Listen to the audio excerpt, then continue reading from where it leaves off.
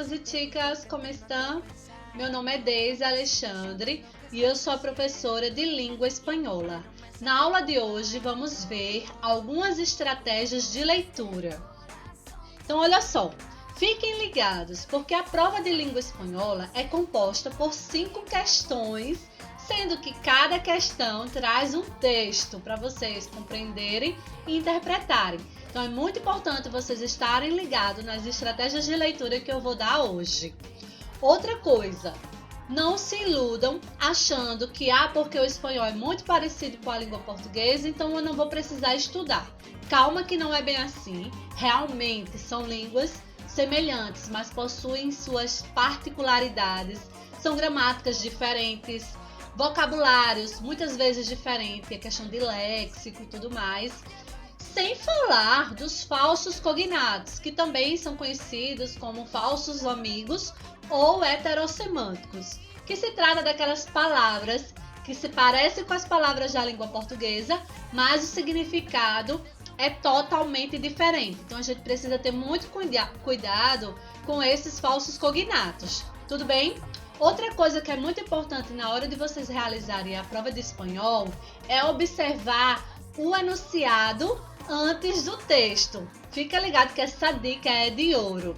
A prova de espanhol, como eu já falei anteriormente, ela é composta por 5 questões, mas cada questão traz um texto. Só que os enunciados e as alternativas, ela vem em língua portuguesa, onde facilita muito para o aluno. Então, se vocês iniciarem pelo enunciado e pelas alternativas antes de realizar a leitura do texto, vocês já vão ganhar muito tempo com isso. Então não esqueça, leiam o enunciado, leiam as alternativas e só depois é que de fato vocês vão ler o texto. Porque quando vocês forem ler o texto, vocês já vão ter uma noção do que a questão está pedindo, ok? Não esqueçam desse detalhe, tá bom?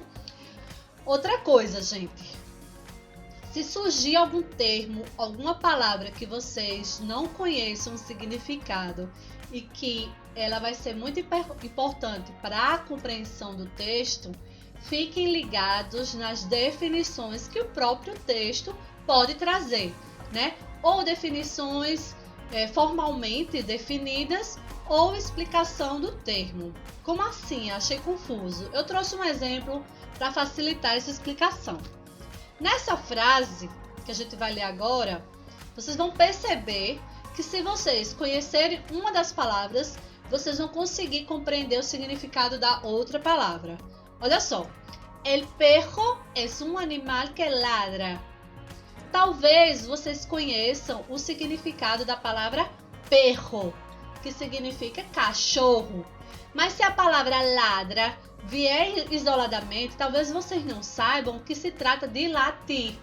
Mas quando vocês leem a frase por completo, vocês conseguem construir um significado ladra. Então, el perro es un animal que ladra, que late.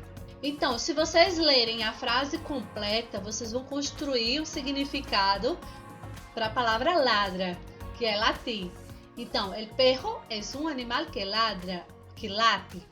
Pode ser o contrário também. Talvez vocês não conheçam o significado da palavra perro, mas conheçam o significado da palavra ladra. Então, se vocês conhecem o significado de ladra, que sabe que é latir, vocês já vão supor que perro significa cachorro.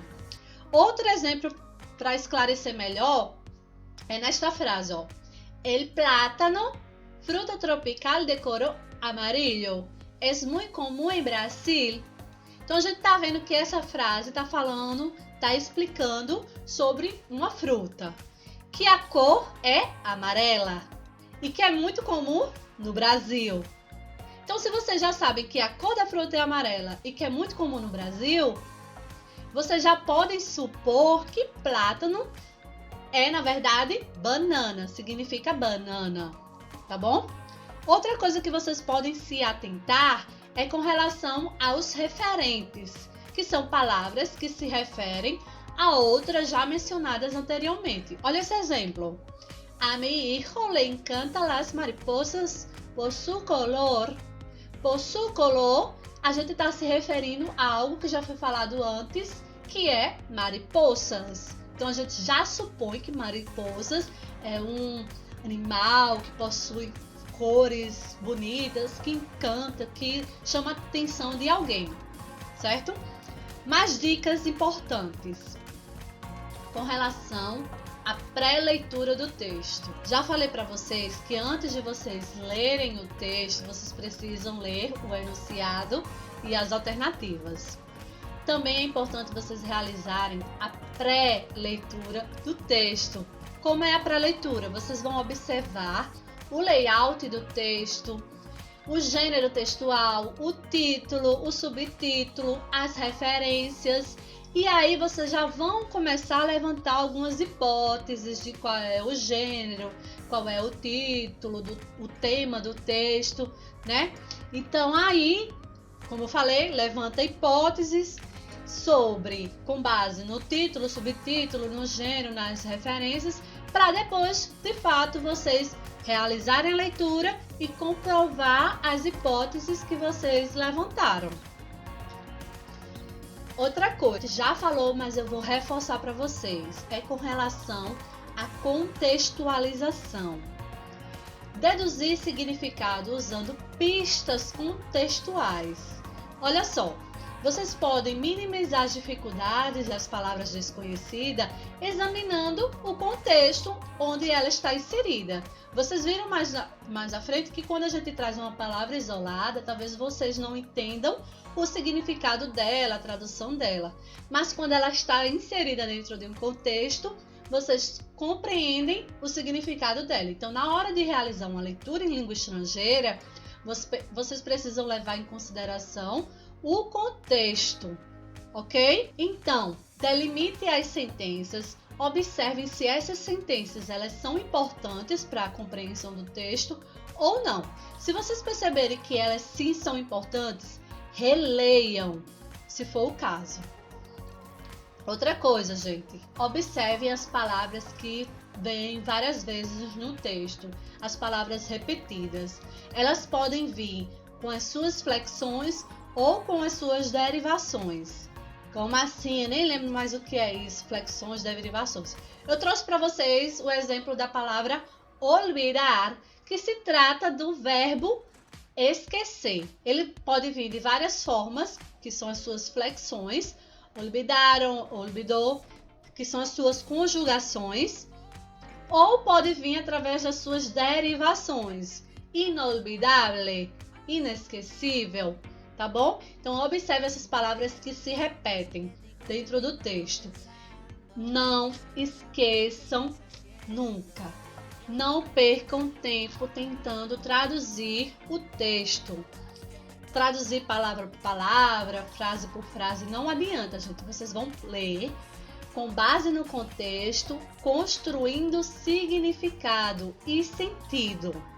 Lembrem de iniciar a prova de espanhol pela leitura dos enunciados e das alternativas. Depois vocês vão para o texto. Antes de realizar a leitura do texto, realizem a pré-leitura. Observem o gênero, o layout, a referência, o título, o subtítulo. Levantem hipóteses sobre o texto e aí depois vocês vão ler o texto. Para essa semana, eu trouxe para vocês no simulado 2 questões com 2 textos para vocês realizarem a leitura e a interpretação.